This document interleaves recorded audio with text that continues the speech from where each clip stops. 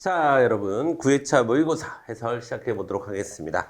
첫 번째 문제 보도록 하겠습니다. 국가관에 대한 문제가 나왔네요. 첫 번째 기억은 절대왕정기입니다. 절대왕정기고, 자, 새로운 국가관이 나타났다. 근대 사상이겠죠? 즉, 사회계약서를 의미할 겁니다. 그 다음에 복지국가, 현대적 마인드죠.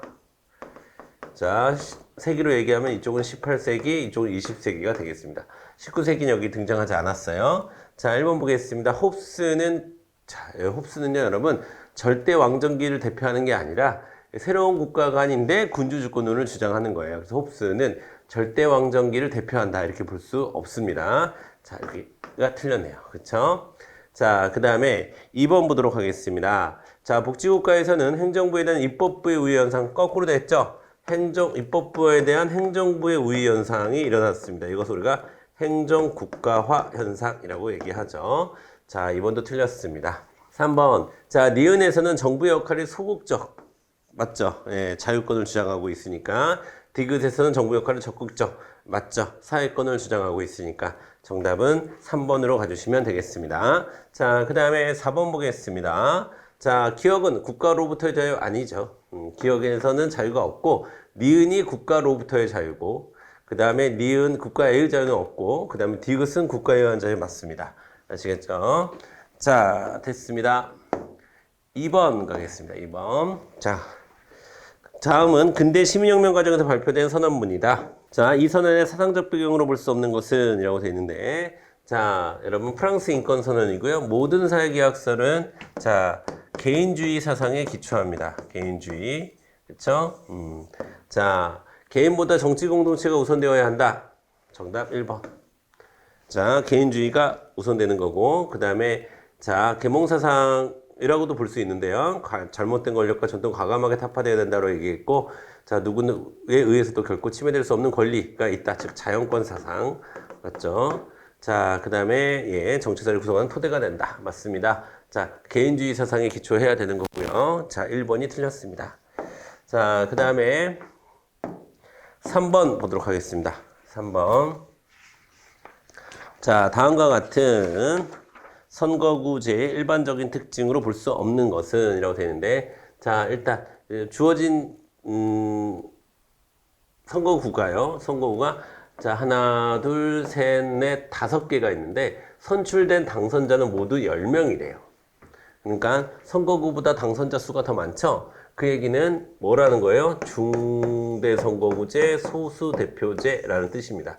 그렇죠? 자, 1번 보겠습니다. 자, 중소선거는 지역 명망가보다는 전국적 인물의 당선이 쉽습니다. 맞아요. 자, 상대적으로 지역 대표성이 좀 약하죠. 소다에 비해서, 선거구가 작은 소다에 비해서는요. 2번, 다수당의 출연이 용이해서 전국 안정을 기대할 수 있다. 이게 틀렸네요. 자, 중소는 기본적으로 군소정당에게 유리하고요. 그래서, 자, 다당제를 촉진하게 됩니다. 그렇죠? 자, 그리고 다당제는 전국이 혼란스러울 우려가 좀 있고요. 자, 그러니까 2번이 틀렸습니다. 2번이 정답이겠네요. 3번 보도록 하겠습니다. 유권자 후보자 파악이 어려워서 유권자의 무관심이 커질 수 있습니다. 맞아요. 후보자 파악이 쉬운 것도 소다에서 좀 쉽습니다. 지연, 학연, 혈연과 같은 비합리적 요소에 의한 당선 가능성을 줄일 수 있다. 맞아요. 지연, 학연, 혈연 이런 것도 소다에서 좀 심합니다. 되셨죠? 자, 그 다음에 4번 보도록 하겠습니다. 4번. 자, 제시문의 밑줄 친 부분에 해당하는 국회의 권한으로 국정 감시 비판 권한, 국정에 대한 감시 비판 기능을 얘기하는 겁니다. 탄핵 소추 의결권 맞아요. 자, 국정을 감시 비판하는 겁니다. 계엄해제 요구권도 마찬가지고요. 자, 그런데 이것도 마치 겉으로 보기에는 국정을 감시 비판하는 기능인 것처럼 보이지만 조약은 국회의 동의를 거치면 뭐가 되는 겁니까, 여러분? 법률이 되는 거죠. 그래서 이것은 국회의 입법 기능이라고 분류를 합니다. 이것도 좀 디테일한 부분인데 챙겨두세요. 조약 체결 비준에 대한 동의권 행사는 입법 기능이지 국정 감시 비판 기능이 아니다라는 사실입니다. 자, 왜냐하면 조약이 법률이 되는 거니까 그 과정에서. 자, 4번 보겠습니다. 맞아요. 동의권 행사하는 것도 자, 국정 감시 비판 기능이라고 볼 수 있습니다. 정답은 3번으로 가주시면 되겠고요. 그 다음에 5번 보도록 하겠습니다. 다음 설명 중 옳은 것은 모두 몇 개인가? 라고 되어 있는데요. 아, 이것도 제가 문제를 좀 바꿨네요. 그쵸? 문제 좀 바꿨습니다. 우리 교재에 있는 문제로 여러분 이거 무시하시고 우리 교재에 있는 문제로 같이 보도록 하겠습니다. 자, A는 토지 매매 광고를 보고, 그렇죠? 토지 매매 광고를 보고 김 씨를 만났다. 김 씨는 매우 검소하고 선량해 보이는 중소기업 사장이었는데 토지를 사업상 이유로 토지를 판다고 했다. 등본상에 문제도 없었다. 그런데 잔금을 한 달 후에 치르기로 했는데 잔금을 지불하고 주도 등기소하고 소유권 이전 등기 신청해야 돼. 그런데 등기소에서는 A의 이름으로 소유권 이전 등기를 해줄 수 없다고 했다. 왜냐하면 김 씨가 뭐를 했대요? 이중거래를 했대요. 그래서 B의 명의로 소유권 이전 등기가 되어 있었던 것이다. 이 얘기는 자 뭐냐면 김 씨가 A 씨한테도 팔고 B 씨한테도 팔았다는 거예요. 그렇죠? 그래서 이미 B 씨한테 등기가 넘어갔습니다. 라고 이제 사기를 당한 거죠. 쉽게 얘기해서 1번 자 A는 B에게 소유권 이전 등기를 요구할 수는 없습니다. 그쵸? 그 다음에 2번 A는 김 씨를 민사상 책임, 그쵸? 물을 수 있겠죠? 형사상 책임 물을 수 있습니다. 정답은 여러분 2번이에요. 2번. 자, 민형사상 책임을 다 물을 수 있습니다. 자, 그 다음에 매매계약을 먼저 체결한 사람이 토지의 주인이 된다? 그렇지 않습니다. 이중계약은 범죄이기 때문에 그래요. 자, 매매계약 체결상의 과실이 있으므로 체결상의 과실은 없는데 자, A에게 아무런 권리가 없진 않겠죠. A가 이제 민형사상 책임을 물어야 될 권리가 존재하는 겁니다. 그래서 5번의 정답은 여러분 2번이 되겠고요. 자, 이제 우리 6번 문제 넘어가 보도록 할게요. 자, 6번 문제도 제가 문제를 바꾼 것 같네요. 그쵸?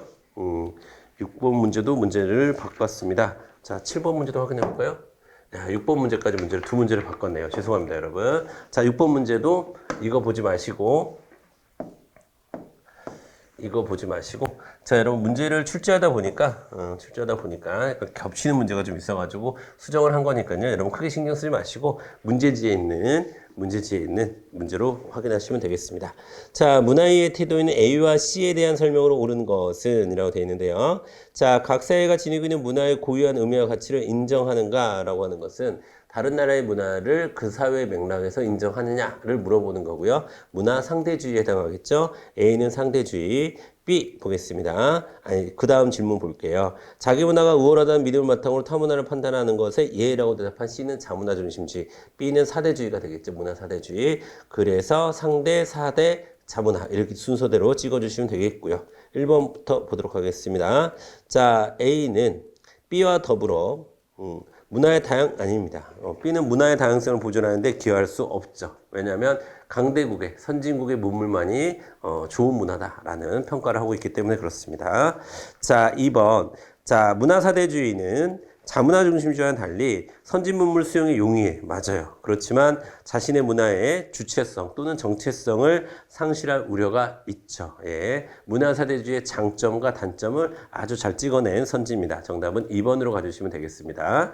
자, 3번. 자, 문화의 우열을 정하는 기준이 존재한다고 보는 것은 B와 C에 해당하는 거고요. 똑같이 문화를 평가의 대상으로 보는 것도 C와 B에 해당하는 겁니다. 그래서 3번, 4번 다 틀렸어요. 정답은 6번의 정답은 2번으로 6번도 역시나 2번으로 가주시면 되겠고요. 그 다음에 7번 문제 같이 보도록 하겠습니다. 7번 문제 여러분. 자, 7번 문제 같이 보도록 할게요. 자, 7번 문제.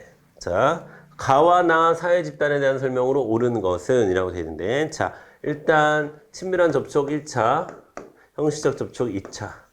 자연 발생된 집단 공동사회, 그 다음에 인위적 발생 이익사회. 자, 그런 의미에서 볼 때 가는 1차면서 공동인 거는 가족이 대표적이겠죠? 그렇죠? 자, 그 다음에 이익사회면서 2차 집단은 굉장히 많아요. 뭐 회사도 있고 뭐 굉장히 많습니다. 일단 회사라고 한번 해보고 문제를 풀어볼까요? 근데 여러분들 꼭 굳이 이렇게 할 필요는 없어요. 꼭 여기에 해당하는 어떤 두 개의 조건에 맞는 어떤 사회 조직을 찾고 문제에 접근하지 않으셔도 되고 이 선지에서 물어보는 거에 따라서 가시면 되겠습니다. 자, 1번 보겠습니다. 자, 가입과 탈퇴가 자유로워요. 어떻게 가입과 탈퇴가 자유롭습니까? 그쵸. 우리가 호적을 파는 게 얼마나 힘들고, 친구네 집이 너무 행복해 보인다. 나 니네 집 식구 할래. 말이 안 되죠. 그쵸. 자, 그 다음에 2번 보겠습니다. 2번.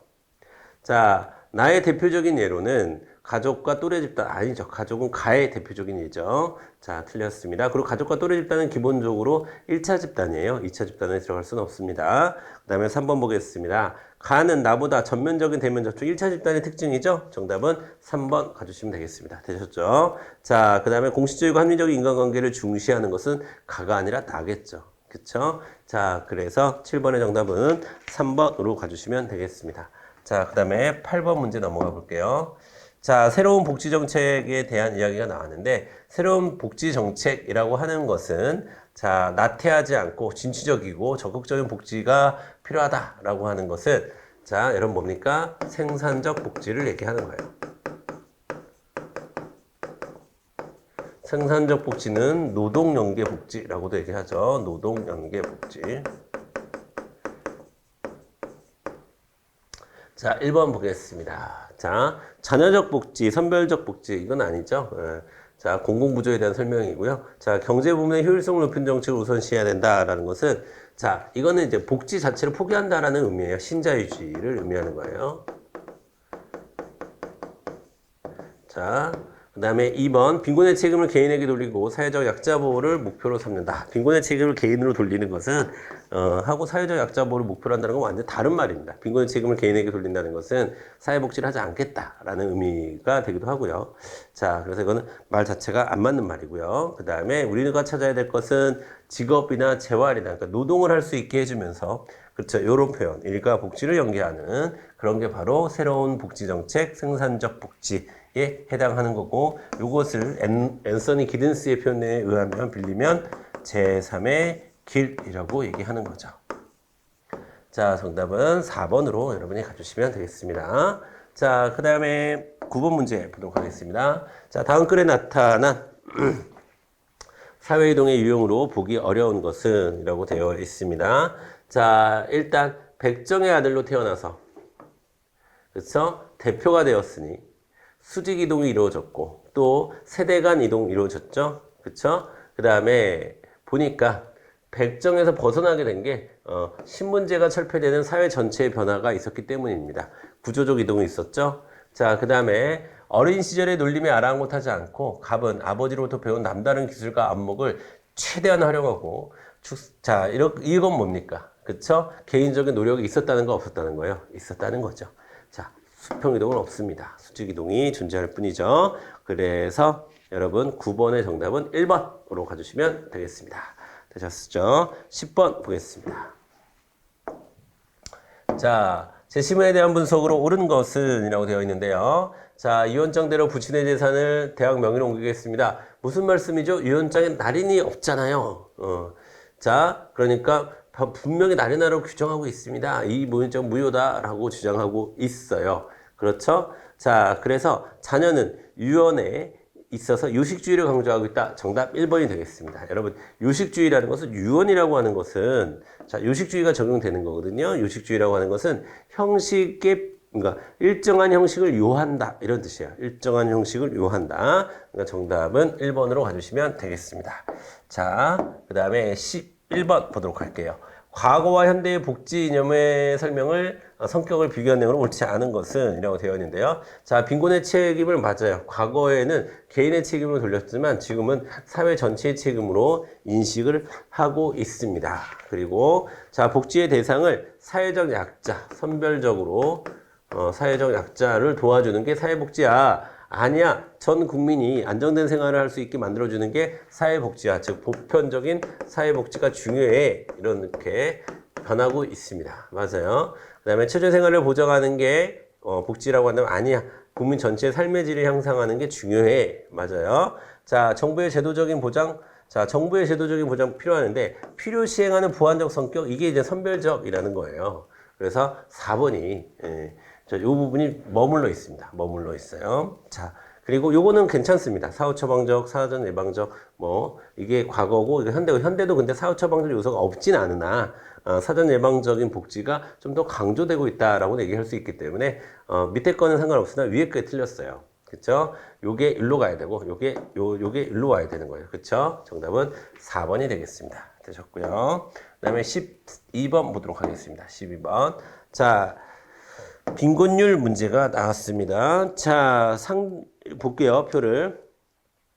자, 상대적 빈곤보다 절대적 빈곤 비율이 더 높다라고 되어 있는데요.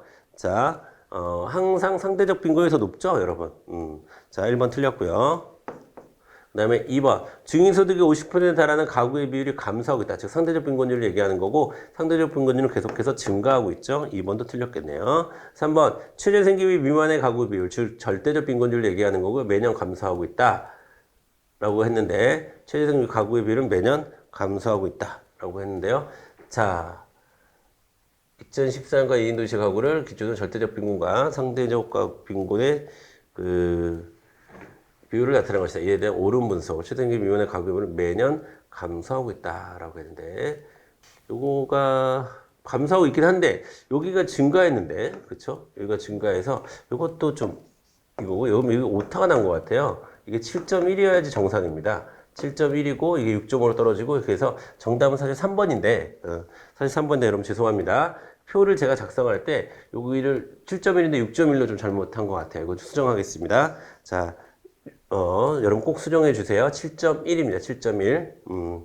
자, 됐고요. 그 다음에 2016년의 경우 인구 100명 중 약 12명이 절대적 빈곤선에 있다라고 했는데, 자, 12명이 절대적 빈곤선에 있는 게 아니라 상대적 빈곤선에 있다라고 봐야 되는 거죠. 상대적 빈곤율이니까. 나머지 선지는 그렇게 어렵지 않았는데, 여기 제가 이게 실수하는 바람에 여러분이 혼자 푸셨다면 좀 힘드셨을 것 같습니다. 죄송하고, 자, 꼭 수정해 주시길 바라겠습니다. 자, 그 다음에 13번 보도록 할게요. 다음 그래프에 대한 설명으로 옳은 것은 이렇게 되어 있는데요. 자, 보겠습니다. 자, 균형 가격은 2만원. 그쵸? 균형 가격은 2만원. 그 다음에 균형 거래량은 200개이다. 예, 맞고요. 자, 1만원에서 최고 가격제가 실시가 된다면, 여기에서 가격이 이렇게. 최고 가격제가 실시가 된다면, 초과 수요는 200개이다. 그렇죠? 자, 100개를 공급할 것이고, 300개를 수요하니까 200개의 초과 수요가 존재할 겁니다. 2번도 맞아요. 3번, 최저 가격이 3만원이라면, 자, 이렇게 최저 가격이 결정이 됐다. 라고 한다면, 거래량은 100개이다. 맞습니다. 실제 거래량은 100개에서 거래가 될 거예요. 먼저 만나는 수요 공급 곡선에서 먼저 결정이 되는 겁니다. 100개 맞고요. 자, 그 다음에 시장 거래가 이루어졌을 때 공급자 잉여는, 400만 원이다. 라고 했는데, 자, 여기가 공급자 잉여죠. 생산자 잉여에 해당하는 겁니다. 잘 안 보이네요. 그쵸?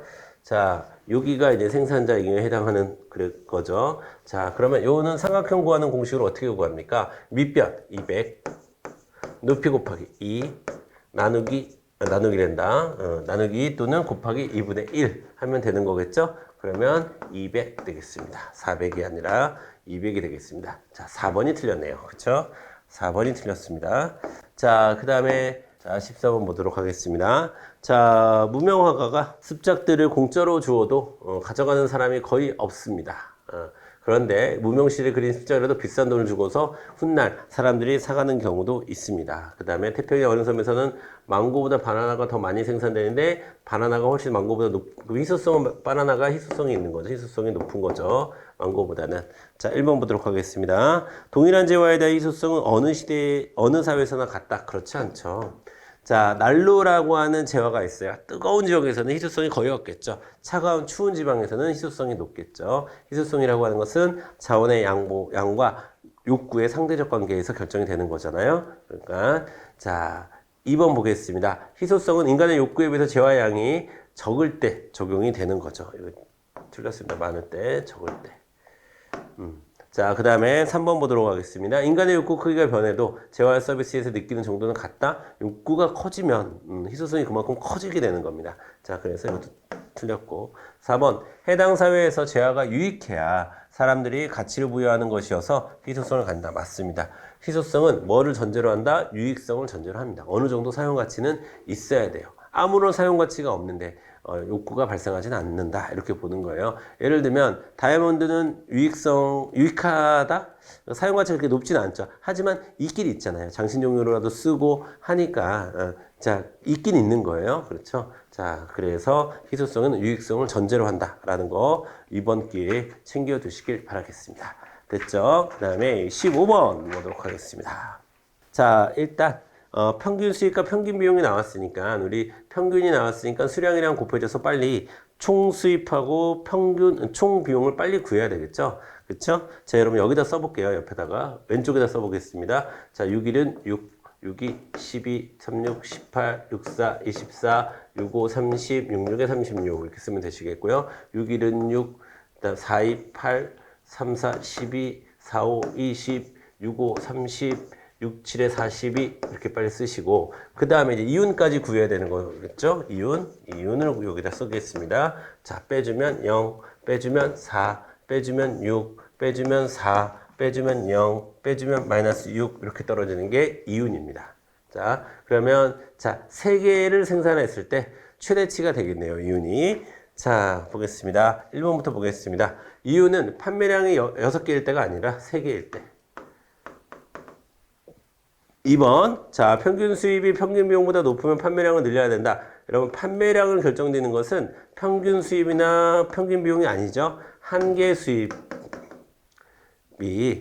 한 개 수입과 한 개 비용을 가지고 결정을 하는 거지, 평균을 가지고 결정하는 것은 아닙니다. 자, 2번도 틀렸고요. 3번 보겠습니다. 판매량을 5개로 늘릴 경우, 현재 지금 4개를 판매하고 있네요. 4개를 판매하고 있으니까 5개로 늘리지 마시고, 늘리면 안 되고, 지금 여기 4개니까 0이 됐잖아요, 이윤이. 이렇게 3개로 줄여야 되겠죠. 틀렸습니다. 자, 3개로 줄일 경우 맞아요. 3개로 줄여야 이윤이 극대화되는 겁니다. 되셨죠? 정답은 4번으로 가주시면 되겠습니다. 자, 16번 넘어가 보도록 하겠습니다. 자, 수요의 가격 탄력성에 대한 문제네요. 그쵸? 자, 보겠습니다. 1의 경우, 1이 뭐죠, 여러분? 1. 자, 수요가 자, 비탄력적인 경우네요. 자, 그거는 가격의 변화율이 수요량의 변화율보다 큰 거죠. 그렇죠? 우리가 가격 변화율이 분모로 들어가는 거고 수요량 변화율이 분자로 들어가는 거니까 자, 요게 분모가 더 크면 우리는 이게 1보다 작죠. 1보다 작으니까 우리는 비탄력적이다 이렇게 얘기하는 겁니다. 되셨죠? 그 다음에 뭐 몇 개 주세요 이렇게 얘기하는 것은 2의 수요 곡선. 자, 틀렸죠? 2의 수요 곡선 단위 탄력적인데 몇 개 주세요는 정량 구매를 얘기하는 거고, 자, 완전 비탄력적, 완비탄을 얘기하는 겁니다. 즉, 번호로 얘기하면 5번이죠, 5번. 그렇죠? 그 다음에 얼마나치 주세요? 이건 정액 구매하는 거로 단탄, 2번이 되겠죠? 이걸 2번으로 바꿔주셔야 되는 거예요. 그렇죠?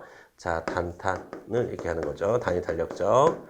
됐습니다. 틀린 건 2번이 되겠고요.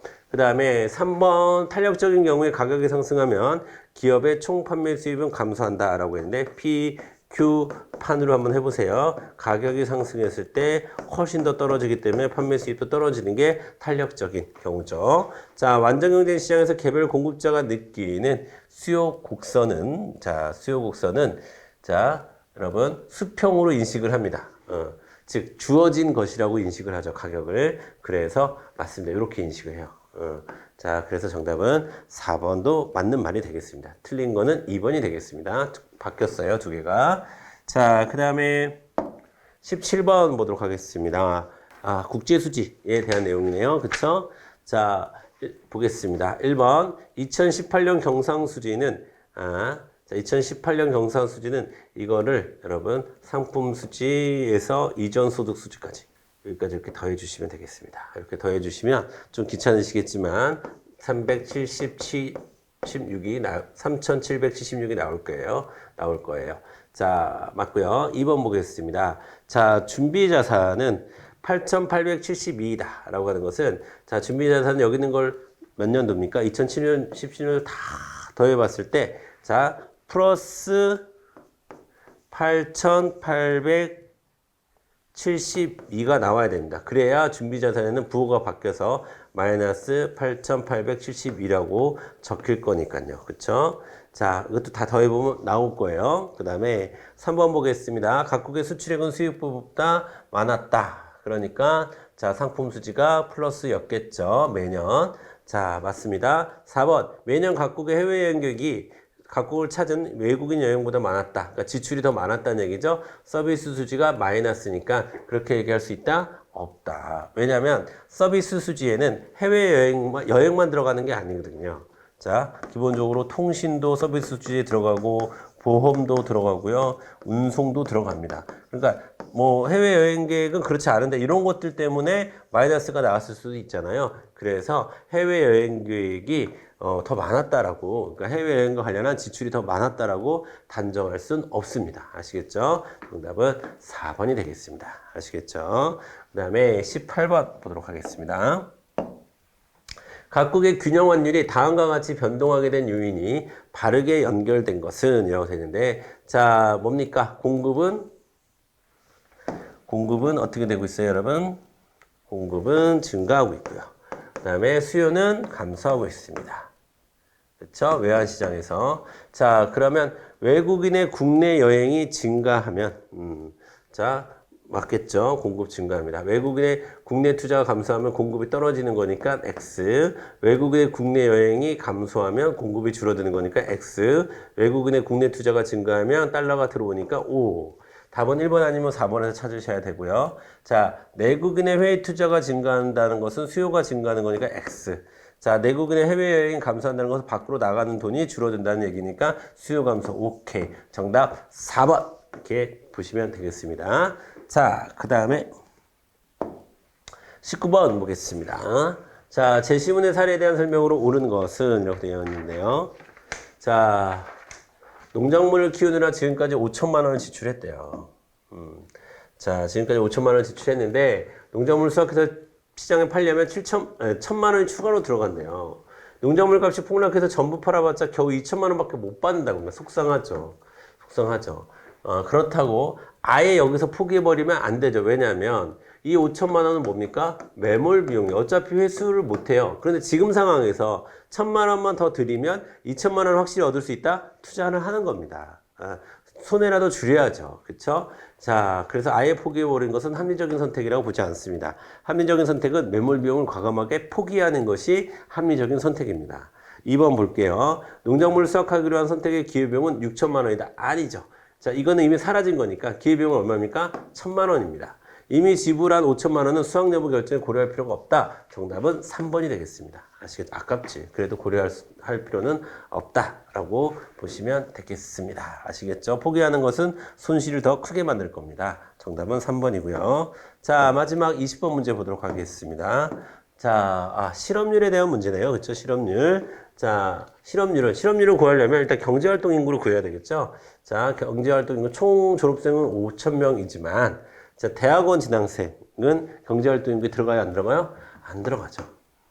비경제활동 인구입니다. 국가고시를 준비하는 사람도 장기적인 취준생으로서 안 들어가요. 자, 그 다음에 구직 포기자도 안 들어가고요. 군대 입대한 사람도 안 들어가고요. 그 다음에 유학 간 사람도 안 들어갑니다. 자, 기본적으로 비경제활동 인구. 다시 한번 외워볼까요? 비경제활동 인구 어떻게 외우라고 그랬죠? 주, 군. 학생, 주부, 군인. 안 들어갑니다. 그러니까 즉, 비경제활동 인구에 해당하는 거죠. 학생, 주부, 군인은 비경제활동 인구고요. 그 다음에 우리가 취 이렇게 외우자고 그랬죠. 구직단념자, 취업준비생, 장기적인 취업준비생. 자, 그러니까 지금 여기서 경제활동 인구에 들어가는 인원은 요거밖에 없습니다. 그렇죠? 자, 그러면 실업률은 자, 이거 둘이 합치면 경제활동 인구가 나오겠죠. 2,500명 분의 그 다음에 500명 구직 활동을 아직 취업생이 아닌 500명 자 곱하기 100 해주면 되겠습니다. 자, 이거 뭡니까? 5분의 1이죠. 그럼 0.2가 나올 것이고 20%가 되겠네요. 정답은 여러분 3번으로 가주시면 되겠습니다. 되셨죠? 자, 이렇게 해서 우리 또 9회차 문제도 많이 풀어봤습니다. 자, 여러분 약간 중간중간에 제가 이제 마지막에 이렇게 바꾼 문제들이 좀 여기 들어가 있어서 그렇지만 여러분 문제집으로 보시면 되겠고요. 자, 이제 여러분 잠깐 쉬셨다가 우리 마지막 10회차 문제 한번 같이 풀어보도록 하겠습니다. 자, 여러분 잠깐 끊었다가 또 뵙겠습니다.